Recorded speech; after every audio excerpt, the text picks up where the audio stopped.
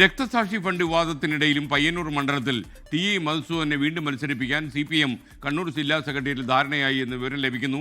അഴീക്കോട്ട് KV സുമേഷും കല്യാശ്ശേരിയിലെയും വിജനും വീണ്ടും മത്സരിക്കാൻ സാധ്യത. MV ഗോവിന്ദന് പകരം തളിപ്പറമ്പിൽ വനിതാ സ്ഥാനാർത്ഥിയെ പരിഗണിക്കാനാണ് സാധ്യത. 2 തവണ വിജയിച്ച AN Shamseer, KK Shailaja teacher എന്നിവരുടെ കാര്യത്തിൽ അനിശ്ചിതത്വം ഇപ്പോഴും തുടരുന്നുവെന്നാണ് ഞങ്ങളുടെ ബ്യൂറോ പറയുന്നത്. അജീഷ് ജയകുമാർ കണ്ണൂരിൽ നിന്നും തത്സമയം ചേരുന്നു. അജീഷ്, ഗുഡ് മോർണിംഗ്, പറയൂ.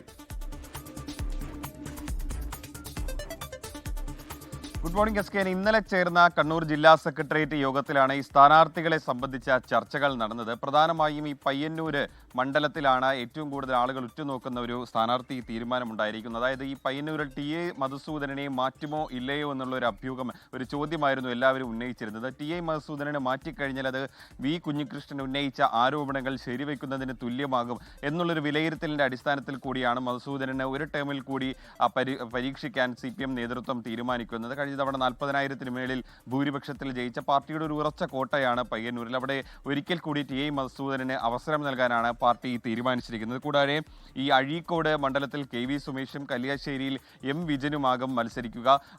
ഇരുവരും ഓരോ തവണ മാത്രമാണ് മത്സരിച്ചിട്ടുള്ളത്. ഇരുവർക്കും ഒരു തവണ കൂടി അവസരം നൽകാനാണ് പാർട്ടി ആലോചിക്കുന്നത്. കൂടാതെ ഏറ്റവും കൂടുതൽ ശ്രദ്ധ കേന്ദ്രീകരിക്കുന്നത് സംസ്ഥാന സെക്രട്ടറി MV ഗോവിന്ദൻ മത്സരിച്ച് ജയിച്ച തളിപ്പറമ്പിലാണ്. തളിപ്പറമ്പിൽ മത്സരിക്കാനില്ലെന്ന് സംസ്ഥാന സെക്രട്ടറി തന്നെ അറിയിച്ചിരുന്നു. അങ്ങനെ MV ഗോവിന്ദൻ മാറുകയാണെങ്കിൽ അവിടെ പകരം ഒരു വനിതാ സ്ഥാനാർത്ഥിയെ തന്നെ നിർത്തണമെന്നാണ് ജില്ലാ സെക്രട്ടേറിയറ്റിൽ ഉയർന്ന ഒരു ആവശ്യം.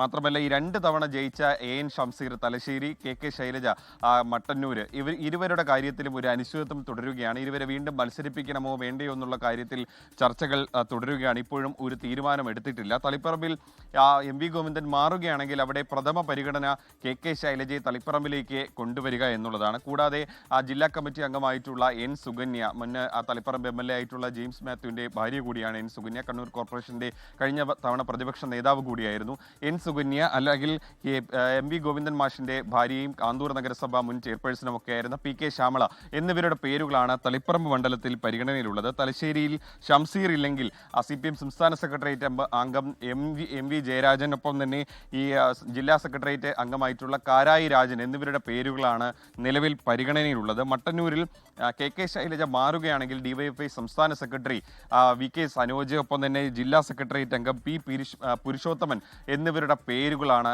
പരിഗണനയിലുള്ളത്. സംസ്ഥാന സമിതി യോഗത്തിന് ശേഷമായിരിക്കും ഈ പേരുകൾ അംഗീകരിച്ച് അന്തിമ പട്ടിക പരിഷ്കരിക്കുക. ധർമ്മടത്തിന്റെ കാര്യത്തിൽ സംസ്ഥാന സമിതിയായിരിക്കും മുഖ്യമന്ത്രിയുടെ മണ്ഡലമായ ധർമ്മടത്തെ കാര്യത്തിൽ തീരുമാനമെടുക്കുക. മറ്റു 3 മണ്ഡലങ്ങളായിട്ടുള്ള ഇരിക്കൂർ, കണ്ണൂർ, കൂത്തുപറമ്പ്, ഈ 3 മണ്ഡലങ്ങളും ഘടകകക്ഷികൾക്കാണ് നൽകുക. ലോകത്തെവിടെയായാലും ഏത് സമയത്തും 24 വാർത്തകളും ഓഗ്മെന്റഡ് റിയാലിറ്റി പാക്കേജുകളും എക്സ്പ്ലെയിനറുകളും വിശദമായി കാണാൻ ഞങ്ങളുടെ YouTube ചാനൽ നിങ്ങൾക്ക് സബ്സ്ക്രൈബ് ചെയ്യാം.